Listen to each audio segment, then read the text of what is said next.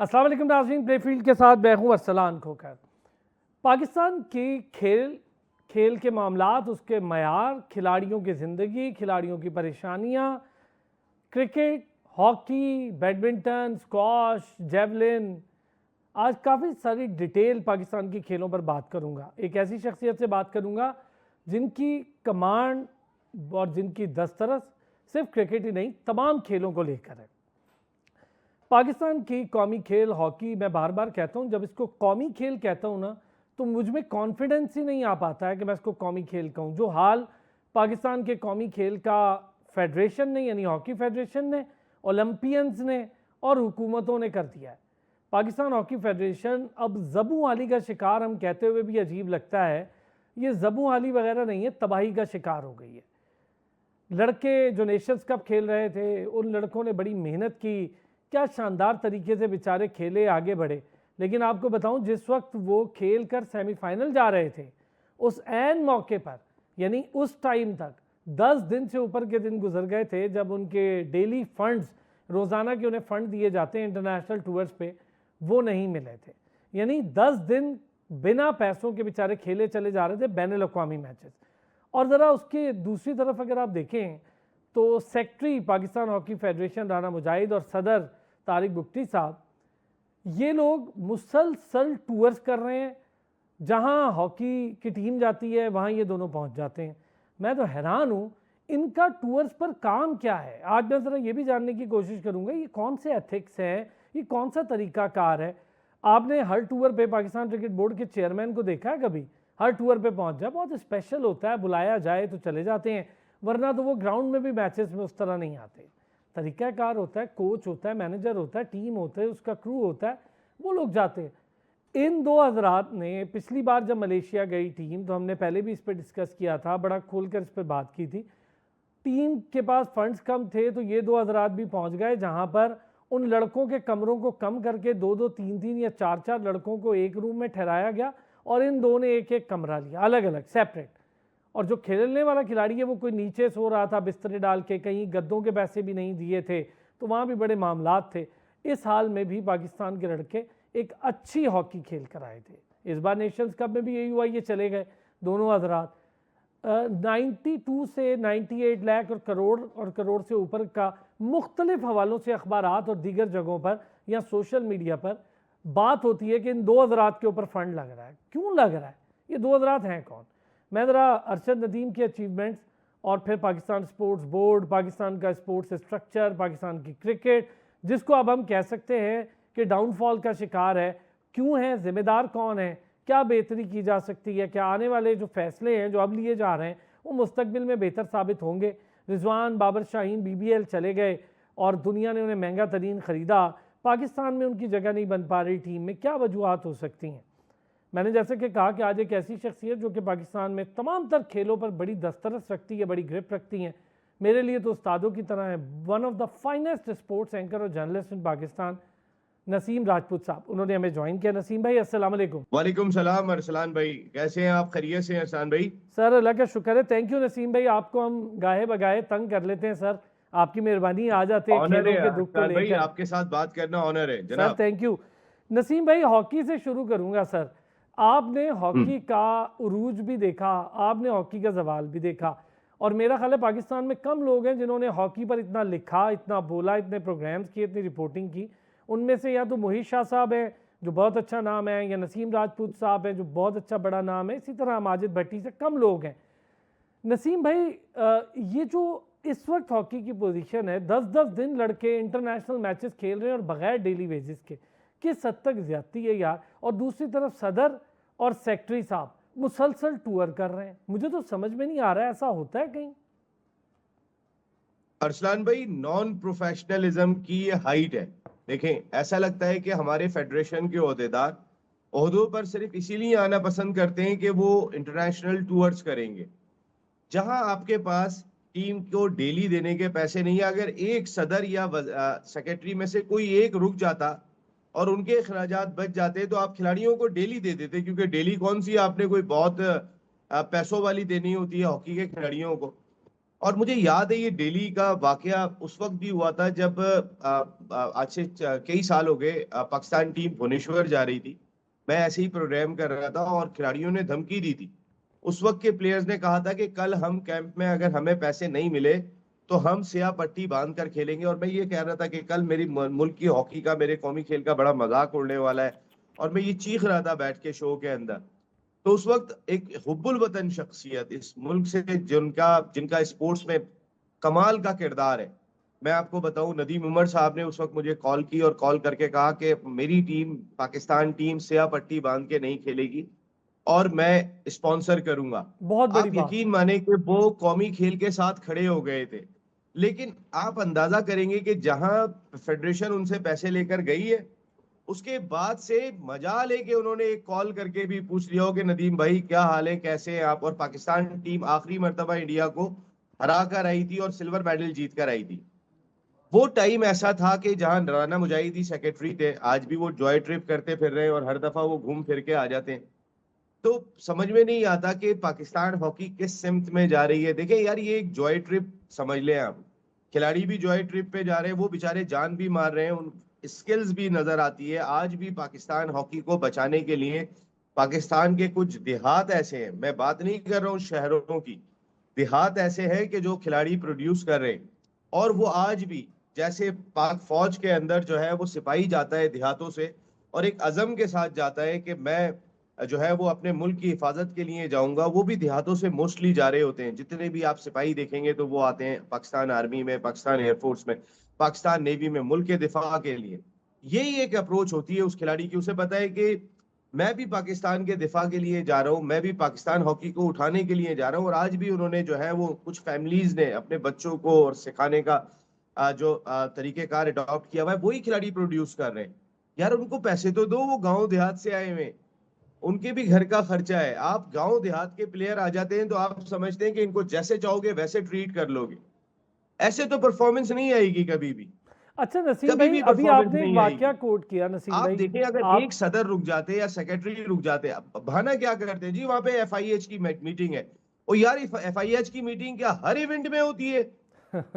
और आपको पता है ये लोग बैठे होते हैं, जो सबसे बड़ी चीज मैंने अपनी आंखों से देखी है, ये बैठे होते हैं जो पवेलियन होता है उसके अंदर, क्योंकि इन्हें बॉक्स में बैठने की इजाजत नहीं होती टीम के साथ। वहां कोच और मैनेजर और टीम मैनेजमेंट बैठी होती है। ये टीम मैनेजमेंट को बता रहे होते हैं, "ओए, उसको अंदर कर, उसको बाहर कर"। भाई वो क्या कर रहे हो? यानी वो खिलाड़ी कोच की सुने या सेक्रेटरी की सुने या सदर की सुने, वो सुने किसकी? सही बात है। आप मैस फैलाते हैं जाके, आप मैस फैलाते हैं, उल्टा पाकिस्तान टीम को सपोर्ट नहीं कर रहे होते। अच्छा आपको याद है नसीम भाई। भुवनेश्वर में खिलाड़ियों ने जो है वो इंडिया को हराने के बाद शर्टें उतार दी थी, यस। हमारे मुझे खिलाड़ियों ने। और ये सिखाना काम था। अगर आप वहां गए हुए थे, देखो भाई, अगर जीत जाओ तो कोई ऐसी हरकत नहीं करना। पता चला पाकिस्तान के 3 मेन प्लेयर बैन कर बैन दिए हो गए गए। बिफोर फाइनल, जो हम जर्मनी से 2-1 हारे थे। हम अपने 3 मेन प्लेयर के बगैर खेले वो मैच, क्योंकि उनको बैन कर दिया एफआईएच ने। एफआईएच भी अब इंडिया की सुनती है भाई। हम्म। वहां पर भी इंडिया का ही पैसा ज्यादा इस्तेमाल हो रहा है, सारे कोचेस वहां जाते हैं, वहां उनकी हॉकी देखें आप, वो कहाँ लेके चले गए। नहीं फिर नसीम भाई, हमारा तो कोई अगर मुकाबला। नसीम भाई जी जिस वक्त का आप जिक्र कर रहे हैं ना, उस वक्त तो नरेंद्र बट्रा आई थिंक सो, वो तो हॉकी एफआईएच का प्रेसिडेंट भी था, उसका ताल्लुक ही इंडिया से था। आप बिल्कुल ज़बरदस्त आपने जिक्र किया उस टाइम का, जब हॉकी परेशानी में थी, नदीम उमर साहब ने उनको स्पॉन्सर किया। लेकिन नसीम भाई, अब तो इस हॉकी पे स्पॉन्सर के लिए सदर साहब, सेक्रेटरी साहब ने कोई टीम ही नहीं रखी हुई, मार्केटिंग नज़र नहीं आती। एक पीटीसीएल है जो थोड़े बहुत पैसे देते। मैं हैरान हूँ, ये लोग चले जाते हैं, लड़कों को 4-4 करके कमरों में रखते हैं, खुद एक एक कमरे में मजे से रहते हैं, और कोई पूछने वाला नहीं। हुकूमत का रोल क्या है सर? देखिए, हुकूमत का रोल जो है ना वो मुझे ऐसा लगता है हुकूमत ने हाथ खड़े कर लिए हैं। और हुकूमत जो है वो उस तरीके के रिजल्ट प्रोड्यूस चूंकि हॉकी की जानिब से नहीं हो रहे, तो उनकी भी तवज्जो उस तरीके की नहीं है। हमारी हुकूमत सिर्फ, या हमारे इदारे उसी वक्त जागते हैं जब कोई खिलाड़ी परफॉर्म करके आता है। वो ट्रेनिंग कैसी कर रहा है, वो तैयारी किस मेहनत से कर रहा है, उसके पास खाने के लिए है या नहीं, वो उसको क्या वो फैसिलिटीज अवेलेबल है जितने बड़े मुकाबले में वो शिरकत के लिए जा रहा है। वो जब जीत के आ जाता है तो वो सबकी आंख का तारा होता है, सब उसको सर पे बिठाते हैं। लेकिन जब वो मुकाबले की तैयारी कर रहा होता है, इस 4 नेशन कप में जब जा रहे थे, आप मुझे सिर्फ ये बताएं कि उस वक्त कितनी खबरें इस तरीके की मैदान में आ रही थी। आज पाकिस्तान टीम सेमीफाइनल खेल रही है फ्रांस के खिलाफ, आज बातें बिल्कुल मुख्तलिफ आती हुई दिखाई दे रही है, मीडिया की कवरेज भी बहुत ज्यादा दिखाई दे रही है। अच्छा, मीडिया ने हमेशा सपोर्ट किया है कौमी खेल को। जाहिर है, जब कोई रिजल्ट भी दिखाई नहीं दे रहे होते हैं, कोई मामलात भी बेहतर दिखाई नहीं दे रहे होते हैं, वही लोग घूम फिर के आ जाते हैं। हॉकी का कोई ऐसा कोई स्टार दिखाई नहीं दे रहा कि जिसके पीछे जाके खड़े हो जाएं और कहें कि जी ये एक आ गया है, अब देखे पीछे से लाइन आएगी। ऐसा कोई वर्ल्ड का स्टार भी इस टीम को दिखाई नहीं दे रहा होता। तो ऐसे में स्पॉन्सर्स के लिए प्रॉब्लम होती है। प्राइवेट स्पॉन्सर्स तो कभी भी नहीं आएगा, लेकिन हमारी सरकार भी नहीं आ रही होती। हमारी सरकार जो है ना, अभी ये हॉकी टीम जो है वो कहीं चैंपियंस ट्रॉफी या कुछ जीत के आ जाए। अभी देखें आप, वजीर आजम हाउस में बैठी होगी, सदर मुमलिकत बुला रहे होंगे, हर आदमी मुलाकात कर रहा होगा, इदारे उसको पैसे भी दे रहे होंगे। आप बनाने के लिए नहीं है, आप सिर्फ जाओ, जाके जीत के आ जाओ, उसके बाद देखो तुम्हारा हम क्या जबरदस्त इस्तकबाल करते हैं। और भाई ऐसे कोई सिस्टम नहीं चलते, ऐसे कोई खेल परवान नहीं चढ़ते, ऐसे जो है वो कभी भी खेल परवान नहीं चढ़ते। कि और आप बहुत अच्छा पॉइंट रेज किया अरसलान भाई, मैं बहुत खुश हुआ। ये जो आपने फेडरेशन के ओहदेदारान की बात की है ना, दैट्स वेरी गुड। कि यार एक रुक जाता कोई तो आप खिलाड़ियों को डेली दे देते। कितनी डेली होगी यार उनकी? $5, $6, कितनी होगी? सही इससे बात, ज्यादा नहीं होगी, मैं आपको बता रहा हूँ। दस सही डॉलर बात। दे दिए तो आपने बहुत बड़ा काम किया डेली में। बोलते हैं हम खाना तो हम खिला रहे हैं। खाना कैसे बनता है आज मैं आपको बताऊं। मैं अल्कला ला रियाल गया। वैसे मैं ओलंपिक्स भी कवर किया, हॉकी वर्ल्ड कप भी कवर किया जर्मनी में, काफी इवेंट्स मुझे कवर करने का मौका मिला। लेकिन मैं अल्कला ला रियाल, स्पेन का एक हिल स्टेशन है, वहां पर टीम गई थी। आसिफ बाजवा उस वक्त टीम के जो है वो हेड कोच थे, वो जूनियर टीम के। और हसन सरदार वगैरह जो है वो सिलेक्शन कमेटी का हिस्सा होते थे। मैंने अपनी आंखों से ये सूरत हाल देखी है। वहां पर हलाल खाना बड़ा मसला था। वहां पे मुसलमान एक या दो कोई यूनिवर्सिटी के स्टूडेंट थे। वो बहुत खूबसूरत एक इलाका था अल्कला ला रियाल, ये ग्रेनेडा से ऊपर था, और पूरा रास्ता पहाड़ों के ऊपर जैतून लगाए हुए, उन्होंने बहुत ही खूबसूरत जगह दी। वहां पे हमारा खाना क्या बनता था? खाना ये बनता था कि वो जो एक कुक हमने लिया था, फिश आती थी। अब फिश सब्जियां खानी पड़ती थी खिलाड़ियों को। आपके साथ जो है वो कुक हमने वहां से हायर किया था, या कुछ खिलाड़ी मिलके पका रहे होते थे, कोई फेडरेशन के लोग पका रहे होते थे। ये जॉय ट्रिप नहीं है, ये एक प्रोफेशनल टूर है।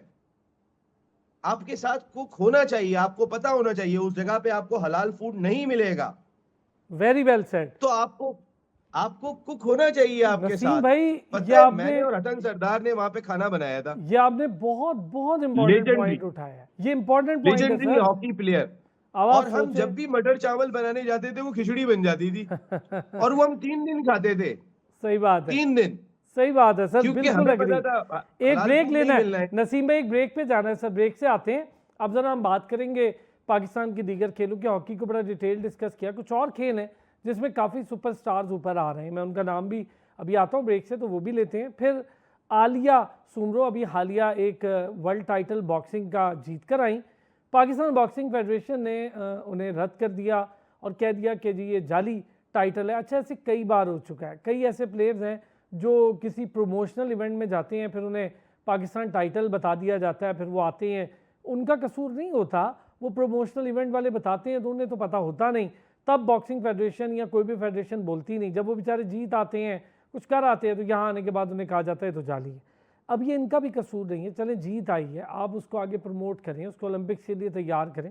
मैं ज़रा वापस आता हूँ ब्रेक से, इस पर भी बात करता हूँ। एक बार फिर खुशामदीद कहेंगे। बाकी खेल जिनका मैं जिक्र कर रहा हूँ बार बार, उस पर ज़रा बात करेंगे। अरशद नदीम एक ऐसा हीरा निकल कर आया कि उसने हर सिस्टम की मुश्किल से लड़ाई की। उसने पैसों के ना होने को भी पीछे छोड़ दिया।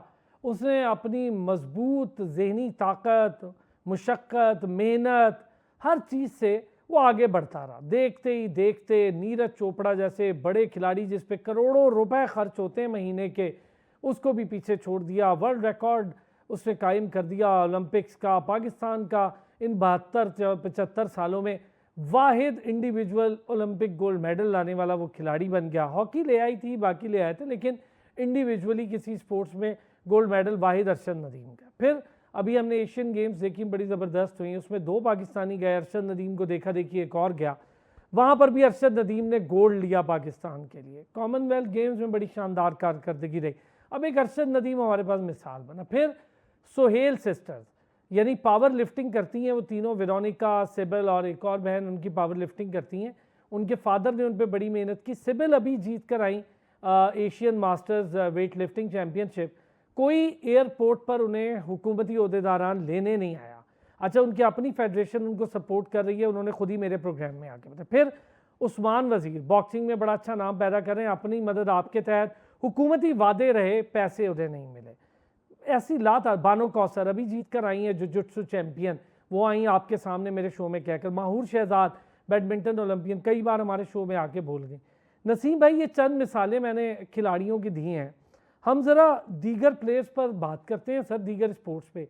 पाकिस्तान स्पोर्ट्स बोर्ड का रोल, फंड आता है, लगता भी है, लेकिन खिलाड़ियों पर क्यों कम लगता है, खिलाड़ियों की बका पर क्यों कम लगता है, मुझे समझ में नहीं आता। फंड वापस करना बड़ी कारकर्दगी मानी जाती है, हमने देखा जी लाखों करोड़ों के फंड वापस भी कर दिए, ये कौन सी खुशी की बात है? देखिए अरसलान भाई, मेरी इतलात के मुताबिक पाकिस्तान स्पोर्ट्स बोर्ड जो एसोसिएशन को, फेडरेशंस को फंड देता है, वो कोई इतना ज्यादा तो होता नहीं है कि वो अपनी साल भर की परफॉर्मेंस चला सकें। एक इवेंट का फंड 12 लाख रुपए मिल रहे हैं, 10 लाख रुपए मिल रहे हैं, 15 लाख रुपए मिल रहे हैं, इसमें तो एक इवेंट हो जाता है। तो वापस कौन मर्दे मुजाहिद कर रहा है, ये मेरे लिए बड़ी हैरान कुन बात है। और इससे ज्यादा बजट नहीं होता, क्योंकि पाकिस्तान स्पोर्ट्स बोर्ड के ऑफिशियल्स की अगर आप तनख्वाहें उठाएंगे तो वो करोड़ों में बनती हैं, और जो बजट उनको आता है उसमें से 75 to 80% बजट जो है वो उस तनख्वाहों, साल की तनख्वाहों पे चला जाता है। तो वो कहते हैं, वो एक कहावत जरा थोड़ी सी ऐसी है, लेकिन वो जो निचोड़ेगी क्या, तो यही वाली बात है, फेडरेशन के साथ होता है, वो भाग रहे होते हैं, कभी इससे स्पॉन्सर ले रहे होते हैं, कभी उससे स्पॉन्सर ले रहे होते हैं, और अपनी कार्रवाई को चला रहे होते हैं, लेकिन सीट कोई भी नहीं छोड़ना चाहता। इसका मकसद है कि कहीं ना कुछ ऐसे लुक्रेटिव इंसेंटिव्स मौजूद होते हैं उनके लिए कि कोई आदमी भी इतनी भाग दौड़ के बावजूद कि जी फला बैंक में भाग रहा है तो फला इदारे में जा रहा है अपनी टीम को भेजने के लिए, लेकिन वो छोड़ने को तैयार नहीं है। ये भी बिल्कुल ऐसा ही है कि पाकिस्तान सुपर लीग के तमाम जितने भी फ्रेंचाइज ओनर्स हैं वो तमाम के तमाम कहते हैं हमें नुकसान होता है, लेकिन छोड़ने को कोई भी तैयार नहीं है। तो कुछ ना कुछ ऐसी चीज है कि जो इन लोगों को, और जहां तक आपने पाकिस्तान स्पोर्ट्स बोर्ड की बात की, यार मैंने इन पे बड़ी स्टडी की है। आप क्या फंड देते हैं, क्या फंडिंग आपकी तरफ से होती है, उस फंडिंग को तो हम नहीं देख सकते। जहां तक आपने खिलाड़ियों की तरबियत की बात की देखिए, वो जो अभी आपने सुमरों की बात की, हो सकता है वो आईबा के अंडर में नहीं आती हो, इंटरनेशनल एमेच्योर बॉक्सिंग एसोसिएशन के, क्योंकि पाकिस्तान में जो बॉक्सिंग की बॉडी है वो इंटरनेशनल एमेच्योर बॉक्सिंग एसोसिएशन के अंडर में आती है। बिल्कुल। और अगर ये हमारी फेडरेशन कहते कि इतना कहते कि इनका हमारी आईबा से कोई ताल्लुक नहीं है, आप ये ना बोलें ये जाली है। आपने तो उस बच्ची की मेहनत को जाया कर दिया। जाली का लफ्ज इस्तेमाल ना करें। आपकी वो वहां पे वो फुटेज दिखा रही है, वो मुकाबला दिखा रही है जहां पर वो जीत कर आ रही है, वो जाली नहीं कहें, आप ही कहें इनसे हमारा ताल्लुक नहीं। थोड़ी रिस्पेक्ट तो रखें अपने जीतने वाले की। उस्मान वजीर को पैसे ही नहीं दे रहे। हाँ जी। उस्मान वजीर ने किस वक्त फतह हासिल की थी भाई? जिस वक्त पाकिस्तान और इंडिया ऐसे जंग लड़ रहे थे। सही बात है। उस दिन जीत के आया था उस्मान वजीर। हमने उठा के शेष नारे तकबीर अल्लाह अकबर, क्योंकि जंग चल रही थी। तो उसकी जो कामयाबी थी वो उस रोज थी कि जिस रोज पाकिस्तान जंग के मैदान में इंडिया के मद्दे मुकाबिल था। आपने तो उसने जीता था, आपको बुला के यहाँ पे ऑनर करना चाहिए था उसे। फौरन पहली फ्लाइट से आए कि दिखाओ ये इंडिया को हरा के आ रहा है, खड़ा करो लाके उसको पोडियम के ऊपर के इंडिया के बॉक्सर को हराने के बाद ये टाइटल जीत के आ रहा है। आपको ये करना चाहिए था। आप आज भी वो बेचारा तड़प रहा है क्योंकि जंग खत्म हो गई तो इंडिया को हराया था, तो किसने हराया था और कहां पे हराया था, बात ही खत्म। ऐसा नहीं होना चाहिए। आपका वो हीरो बन गया था उस्मान वजीर। उस टाइम पे फतह के बाद आपको याद होगा किस तरीके से आप और मैं अरसलान भाई चीख चीख के ये बात कर रहे थे। उस्मान वजीर ने इंडिया के सिंह को पछाड़ के रख दिया। एक मरतबा फिर पाकिस्तान की फतह जंग के मैदान के बाद हम सब ये कर रहे थे। सही बात है। हमने उसको बुलाया भी नहीं, कोई ऑनर भी नहीं किया। अच्छा और नसीम भाई, नसीम जी भाई, आप क्या कह रहे थे अरसलान भाई? आपने उस्मान वजीर की बड़ी डिटेल बात बताई ना, उस बेचारे के साथ तो ये भी हुआ, वो यहीं आकर हमारे प्रोग्राम में खुद कहकर मजबूरन कहकर गया, उसके साथ वादा किया गया कि हम जी अगली फाइट के लिए आपको ये कर, उसने कोई ज़्यादा नहीं मांगा था सर। इंग्लैंड में होने वाली रैंकिंग फाइट थी, उसके लिए उसका वीज़ा और टिकट मुश्किल हुआ, वो नहीं जा सका, वो फाइट ही मिस करनी पड़ी उस बेचारे को। फिर वो यहाँ करीब जाके लड़के आया और जीत कर आया। तो ये उसके साथ मामला। अभी सिबिल सुहेल जीत के आई हैं नसीम भाई, जीत कर वो जिस दिन आई, मैंने उन्हें बड़ी रिस्पेक्ट के साथ अपने शो में मदऊ किया और उनकी भी बड़ी मेहरबानी, वो आई। सिबिल आई, उसने मुझे बताया तो मेरा दिल ऐसे खून के आंसू रो रहा था सर। वो तीनों बहनें पाकिस्तान के लिए एक ही टूर्नामेंट में 15 मेडल्स लाई थी गोल्ड के। अभी वो बहन हमारी सिबिल 3 मेडल और 1 गोल्ड जीता है उसने। उसको कोई भी एयरपोर्ट पे, फिर स्टेशन से वो कराची पहुंची तो वहां से वो रेलवे पर आई, कोई उसको लेने तक नहीं आया गवर्नमेंट का। तो ये तो हाल है हमारा। नहीं नहीं, ये हाल है। और फिर सबसे बड़ी चीज आप देखें, अभी आप अरशद नदीम की बात कर रहे थे। अब माशाल्लाह कौम को मुबारक हो, एक और एशियन गोल्ड मेडल हमारे पास आ गया। लेकिन अरसलान भाई, अरशद की थ्रो कितनी थी इस बार? Sir 86.40 highest. लास्ट कितनी की थी उन्होंने? 90 पॉइंट समथिंग थी। 92.93। हाँ जी 92, सॉरी 92 93 पे पहुंच गए जी, थे वो। 93 ऑलमोस्ट। और वर्ल्ड रिकॉर्ड क्या है? 97। जी ओलंपिक रिकॉर्ड उन्होंने कायम कर दिया। पहली मर्तबा ओलंपिक्स में किसी ने 90 का बैरियर टच किया। बिल्कुल। और आपका खिलाड़ी, आपका सपूत, आपका वंडर बॉय, जिसने 92.93 टच किया, जिसने एक थ्रो 90 प्लस और भी की उस ओलंपिक मुकाबले में, तो 86 कैसे आया? अग्रीड, ये आपकी बात सही है सर। इसकी वजह यह है कि हम जब वो तैयारी कर रहा होता है तो तवज्जो नहीं देते, जब वो जीत के आ जाता है तो हम उसे सर के बाल से लेके पैर के नाखून तक सोने में तोल देते हैं। हमारे पास कोई दरमियान नहीं है, हमारे पास मियाना रवि नाम की कोई चीज नहीं है, या तो बहुत अच्छा। जमीन पे या आसमान पे, दरमियान कोई नहीं है हमारे पास। हम उसकी तैयारी के लिए उसको सपोर्ट करने को तैयार नहीं होते। जब वो मेडल जीत के आता है तो हमने उसको पता चला अरबों में पैसे दे दिए। यार अब वो उतनी जान तो नहीं मारेगा ना, जो आदमी यहां से लेके यहां तक सोने में आप उसको कि उससे खड़ा ही नहीं हुआ जा रहा, तो फिर उसकी थ्रो में तो फर्क आएगा। क्योंकि सेंसिबल अप्रोच नहीं है हमारी। हम देते 15 करोड़ रुपए, हम एक घर भी देते हम, लेकिन बाकी खर्चा करोड़ 1 अरब रुपए अकेडमी बनाने पे लगा देते बजाय जाती तौर पे देने के। अब क्या नतीजा निकला? नतीजा ये निकला कि जिस खिलाड़ी से हम एक्सपेक्ट कर रहे थे कि वो वर्ल्ड टाइटल की जानिब जाएगा, जिसने ओलंपिक में तो रिकॉर्ड बना दिया, अब ये वर्ल्ड टाइटल भी जेवलिन थ्रो का जीत के सही आएगा बात हमारे है। मुल्क के लिए, उसकी थ्रो 86 पे आ गई। अब लोग कह रहे हैं उसने जान नहीं मारी होगी, सामने मुकाबला नहीं होगा। भाई तुम्हारा अपना तो एक ट्रैक रिकॉर्ड है ना, यस। तुम्हें तो सारी दुनिया देख रही है ना। तुमने तो 92.93 किया हुआ है ना, तो तुम कम से कम 90 के बैरियर को तो दोबारा टच करो।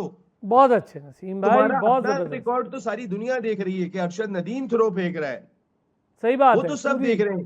पूरी अब दुनिया अगर की अरशद नजरें इस नदीम की बात पर है थ्रो कि अरशद 86 नदीम है, थ्रो फेंक तो रहा है। क्वेश्चन है यहाँ पे अरसलान भाई, सीरियस क्वेश्चन है। ये आपकी बात सही है सर, मैं अग्रीड हूँ आपकी बात से कि वाकई एक बहुत बड़ा क्वेश्चन है कि हमारे लिए और क्या दुनिया के लिए। अरशद नदीम इस वक्त वर्ल्ड चैंपियन भी हैं, लोगों की नज़रें इसी बात पे बिल्कुल थी कि अरशद नदीम एक नया रिकॉर्ड भी कायम कर। लेकिन चलें, बहरहाल वो फिर गोल्ड तो ले आया। और हम उसके जो सेकंड हैं पाकिस्तानी, उन पर थोड़े वर्कआउट की ज़रूरत है। वो बहुत लंबे अरसे से स्ट्रगल कर रहे हैं डोमेस्टिक में और कह भी रहे हैं मैं अच्छा जेवलिन थ्रोअर हूँ, लेकिन उस पर भी काम करने की जरूरत। अब हम एक ब्रेक लेंगे, वापस आएंगे, ज़रा क्रिकेट पे बात करेंगे। पाकिस्तान क्रिकेट क्यों इस कदर परेशानी का शिकार या डाउनफॉल का शिकार हो रही है? ये फैसले जो हुए हैं पिछले दिनों में सिलेक्शन के और दीगर मामलात के, ये किस तरह से पाकिस्तान क्रिकेट पे असरअंदाज हो रहे हैं? एक ब्रेक के बाद इस पर बात करते हैं। एक बार फिर खुशामदीद कहेंगे पाकिस्तान क्रिकेट की। चूंकि मैंने कहा था ब्रेक पर जाने से पहले बात करेंगे। नसीम राजपूत हमारे साथ मौजूद है। नसीम भाई, अब बात करेंगे हम पाकिस्तान क्रिकेट को लेकर। बड़े अच्छे हमने डिटेल 3-4 सेगमेंट्स पूरी स्पोर्ट्स पे किए। मैं चाहूँगा ज़रा क्रिकेट पर नसीम भाई, ऐसा क्या हुआ है ख़ास तौर पे वो श्रीलंका में होने वाले एशिया कप के बाद से कि पाकिस्तान क्रिकेट अपने पाँव पे ही नहीं खड़ी होके दे रही? क्या मसला बन गया? हमारा एक ही खेल रह गई है जिसको सबसे ज़्यादा देखा और पसंद किया जाता है। हमारे खिलाड़ियों में एतमाद की कमी थोड़ी सी लग रही है मुझे। आप देखें कि जो अभी बिग बैश में बाबर वगैरह का मुआहदा हो गया, उनमें हम देखें तो सिर्फ शाहीन की परफॉर्मेंस ही टॉप क्लास थी पीएसएल में। बाकी किसी प्लेयर की अगर आप देखेंगे तो बाबर की भी कोई कंसिस्टेंसी नहीं थी, रिजवान की भी नहीं थी। मैं इन तीन की खास तौर पे बात कर रहा हूँ। ये हमारे जरा मेन खिलाड़ी करार दिए जाते हैं जब जिक्र होता है। बाबर, रिजवान और शाहीन, ये तीन ज्यादा बात हो रही थी। तो शाहीन को तो लास्ट जो सीरीज आपने बांग्लादेश से खेली उसमें भी होना चाहिए था, जो शाहीन की परफॉर्मेंस थी।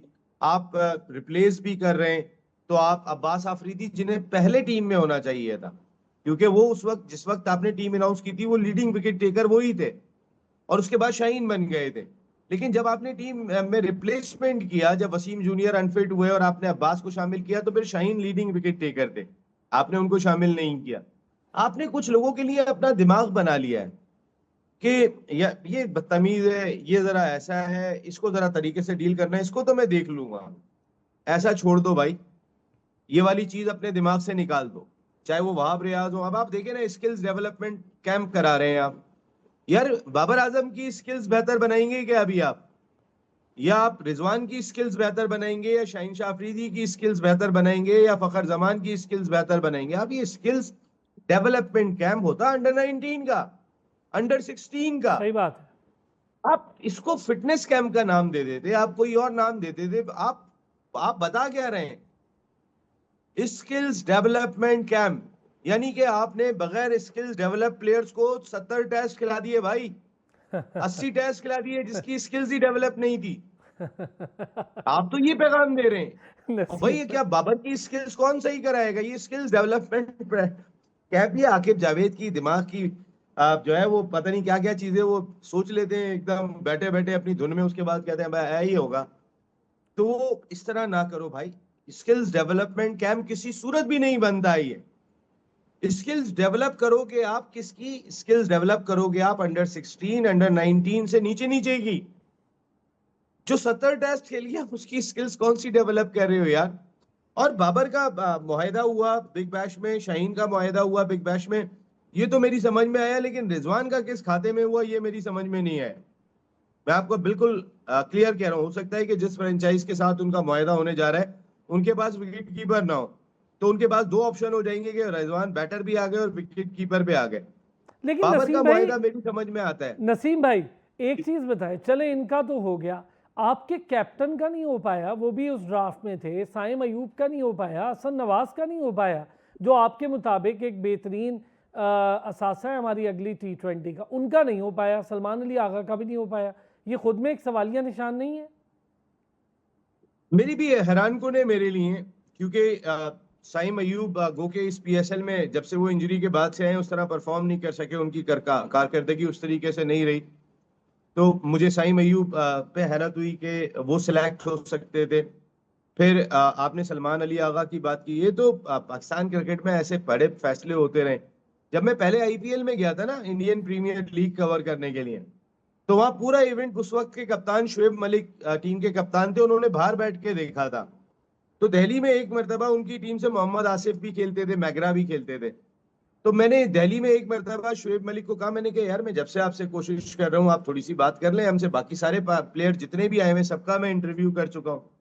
उसने कहा नसीम भाई यार मैं टीम में ही नहीं हूँ, पाकिस्तान का कप्तान हूँ, और अब बताएं आप मुझे खिला ही नहीं रहे, मैं क्या इंटरव्यू दूं? ये कहता वो ड्रेसिंग रूम में चला गया। तो ये जो नहीं खिला रहे कप्तान नहीं है हमारा कप्तान, क्या हमारे कप्तान का उतना पोटेंशियल नहीं है कि वो सिलेक्ट नहीं हुआ? हालांकि Salman Ali Agha modern day cricket को अडॉप्ट करने की बहुत तेजी से कोशिश कर रहे हैं और अच्छा खेल रहे हैं। जो हमें सच्चाई है उसको मानना चाहिए, सलमान बेहतर क्रिकेट खेल रहा है। हसन नवाज अच्छा प्लेयर आया है हमारे पास। मुझे ऐसा लगता है कि ये तीन प्लेयर ना, ये सिस्टम की जरूरत है। अच्छा, यानी आप भी समझते हैं कि अवेलेबिलिटी की वजह से उन्होंने अपनी फुल अवेलेबिलिटी शो नहीं की, इसलिए नहीं वहां पर पिक हो पाए? मुझे ऐसा लगा कि एक मरतबा फिर ये सिस्टम की वजह से बिग बैश में आए।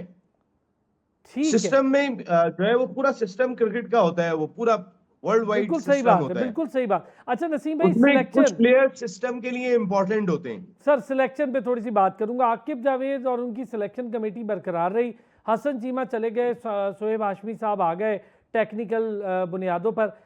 सिलेक्शन कमेटी अलीम डार, असद शफीक, अजहर अली और आकिब जावेद, क्या इनकी परफॉर्मेंस ऐसी ही बेहतरीन रही कि आगे भी सिलेक्शन के लिए नहीं चुना गया और इंटैक्ट रखा गया? यार अरसान भाई, एक बात मुझे ये बताएं, हमारे मुल्क में जो पाकिस्तान टीम में और मैनेजमेंट में नाकाम होता है, उसके बाद हम उसे किसी अच्छे ओहदे पे ले आके बिठाते हैं।